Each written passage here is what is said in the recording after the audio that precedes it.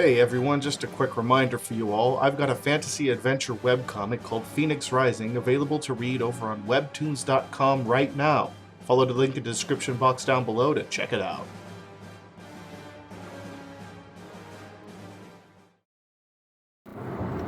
Greetings and salutations, friends and gamers of all stripes. My name is GM Dave.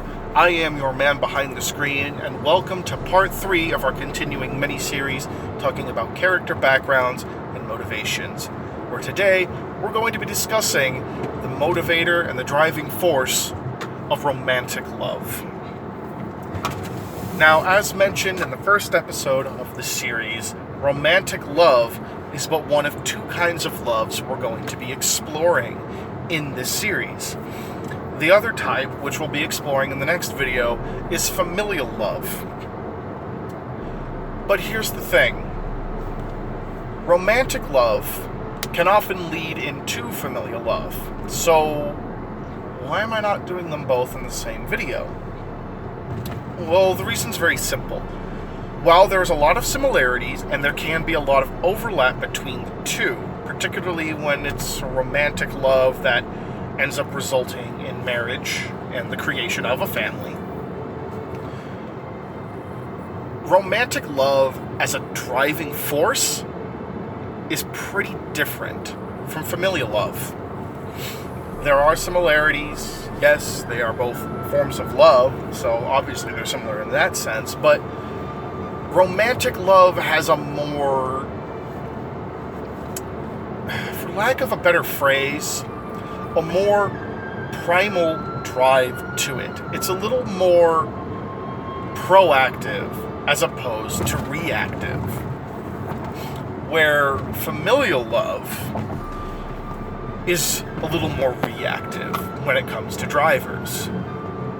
Familial love as a motivator is more likely to be set up by an outside force pushing on the family, leading you then to respond, whereas with romantic love, you tend to be, as the character, as the one who is the, as the character being played, you are the one who is the driving force. So, romantic love in your background.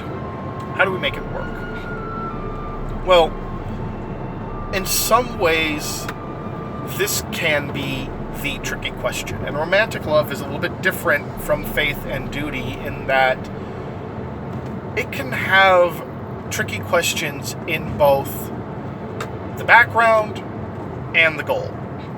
But really, it's the background that can be the tricky part, mainly because you're establishing the romantic love, the romance, the drive, the desire in the background before the game starts. Now, you don't necessarily have to do it this way, but because you could have it be that you get it set up so that in the first session you meet this person who you are going to become enamored with and develop this loving relationship with over time, and maybe then the romantic love motivator and goal builds over time. But to make it work as your background, it has to happen before the game. Otherwise, it's not your background. It's just your personal in-game plot. So if you're going to have it set up in your background, that immediately necessitates you speaking with your GM about it. Because that means there's going to need to be a character in the game that's going to fulfill that for you. That's going to fill that role. An NPC, or hell, maybe it ends up being one of the PCs. Though that can get a little awkward. But maybe it does. Either way, there's going to be another character that needs to fill the goal, or fill the role, of the love interest.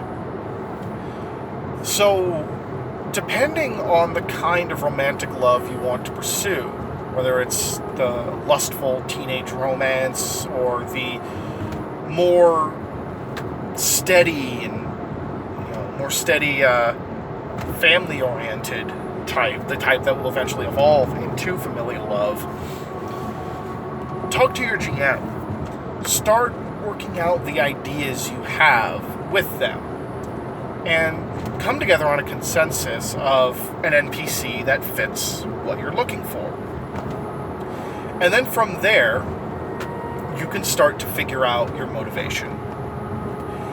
And that's why the background becomes the tricky question.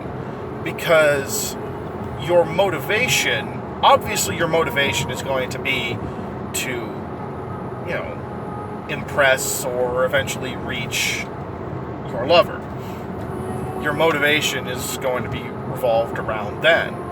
But depending on the kind of NPC the two of you craft, the kind of person you create as your love interest, that's going to have a direct impact on what motivation you're going to develop. If the person you're falling for is a princess, for example, and you're just some lowly but suave thief, well, yeah, maybe she'll kind of look at you and think like, oh, he's handsome, he's suave, he's dangerous.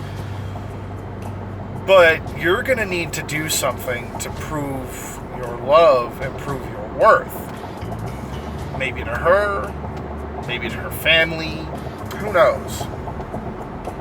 Something's going to need to be done to prove that. Something's going to need to be done to motivate you to go forward. So, your motivation is going to be directly influenced by this background in that sense. Because a princess or a wealthy noblewoman or nobleman is going to have a much different set of needs and desires from, let's say, the barman at the local tavern who you just happen to find particularly handsome and you think his gruff voice just really does it for you. Maybe to get him, it's as simple as, hey, our town's under attack, our livelihood's under threat, help us. And that can then start you down that road. But here's the tricky thing when it comes to motivation. And again, why you need to really work out the background with your GM ahead of time. Because if this is a character that you are already infatuated with, well, if they're starting in the same place that you are and you can just do the deed and come back without having to go through the full course of the campaign, the question then becomes, why wouldn't your character just go do whatever deeds they need to do and then come back as quickly as possible? Their ultimate goal is to get with that person. And that's the trick. That's why if you're starting with this in the background as opposed to actually carrying it through in the game in full, you need to work with your GM because they're then going to be able to set up things in such a way that your character will then have reasons to go from point A to point B to point C to point D, so on and so forth, based on their personal motivations as well as the party motivations. Because, of course, the party motivation is going to come into play. Ideally, these people, these characters are going to be your friends. You're going to want to help them. If that's not the case, let's be honest, you're probably doing it wrong. But, party cohesion, the party drive, the party narrative is important. But your personal goals, that's what your character's after. It's going to feel shitty if you can't accomplish them. And really, that's why romantic love is one of the trickier backgrounds here. One of the trickier drivers. Because although it can definitely work, it also has the most potential to directly clash with the party motivator. or the party motivation, the party drive. So you want to really make sure that doesn't happen. You want to work out with your GM a lot, work with them closely, and really get details hammered out and set in stone, ready to go. So that if your background is set, that I have this person who my character loves, who my character wants to get reach and impress and all of this, your GM can then look at that and say, okay, I'm going to do X, Y, and Z, and we're going to work it into the game like this, and you guys can work back and forth to find something that fits. Otherwise, best solution would be then to skip background altogether and let it develop over the course of the game. That would actually be the solution I personally would pick, to let it develop over the course of the game. But even in that case, well, you're still going to have that influence your background. Chances are the first session of the game is not going to involve you meeting that NPC that all of a sudden you start yearning for. Chances are, if this is a potential romantic interest that you're following, that you're chasing after, you've already met them before. You've already at least seen them before. You should know who they are. And you're going to need to develop that still in your background. So make sure that background is set up. Make sure it's ready to go.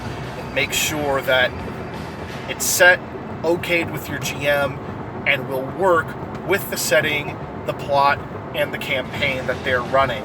So that way, what you're wanting to do, this romantic background, this romance exploration, does not clash with the rest of the game.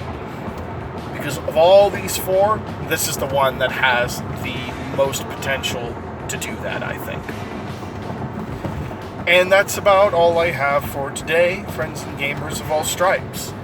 If you like, feel free to leave it a like, comment down below with your thoughts, subscribe, hit the bell notification button, but most importantly of all, share it around to friends who you might think will find it interesting or useful. Make sure to open the description box to follow me on my social media presences. You can find me on Minds, BitChute, Gab, Twitter, and Facebook. Minds and BitChute are the two most important outside places to follow me.